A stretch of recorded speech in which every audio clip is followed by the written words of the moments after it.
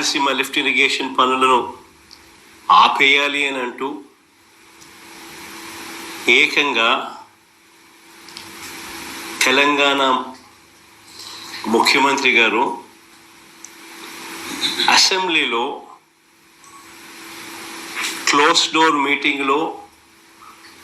తాను అడిగానని, తన మీద గౌరవంతో చంద్రబాబు గారు ప్రాజెక్టును ఆపేశారు అని ఏకంగా తెలంగాణ ముఖ్యమంత్రి తెలంగాణ నిండు అసెంబ్లీ సభలో వాళ్ళ రిలేషన్షిప్ గురించి, చంద్రబాబు నాయుడు గారు రాష్ట్రాన్ని ఎలా అమ్మకానికి పెట్టారు అన్న వాస్తవాల గురించి ఏకంగా రేవంత్ రెడ్డి గారు అన్న మాటలు నిజంగా ఇది చూసిన తర్వాత ఒకసారిగా రాష్ట్ర ప్రజలకు అందరికీ కూడా, రైతన్నలందరికీ కూడా, మరీ ముఖ్యంగా రాయలసీమ,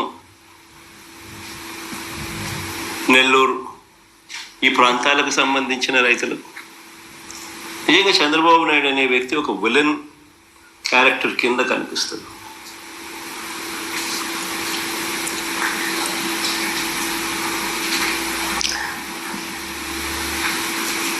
ఆ కుర్చీలో చంద్రబాబు నాయుడు గారు ముఖ్యమంత్రిగా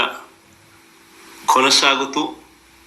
తన సొంత రాష్ట్రాన్ని ఏ రకంగా తాకట్టు పెట్టాడు, రాష్ట్ర ప్రజలను తన స్వార్థం కోసం ఏ రకంగా తాకట్టు పెడతా ఉన్నాడు అన్నదానికి రేవంత్ రెడ్డి స్టేట్మెంట్లు సాక్ష్యాలు.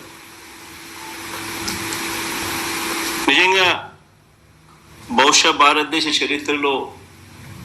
ఇలాంటి చరిత్రహీనుడు బహుశా ఎవరు ఉండకపోయి ఉండొచ్చు.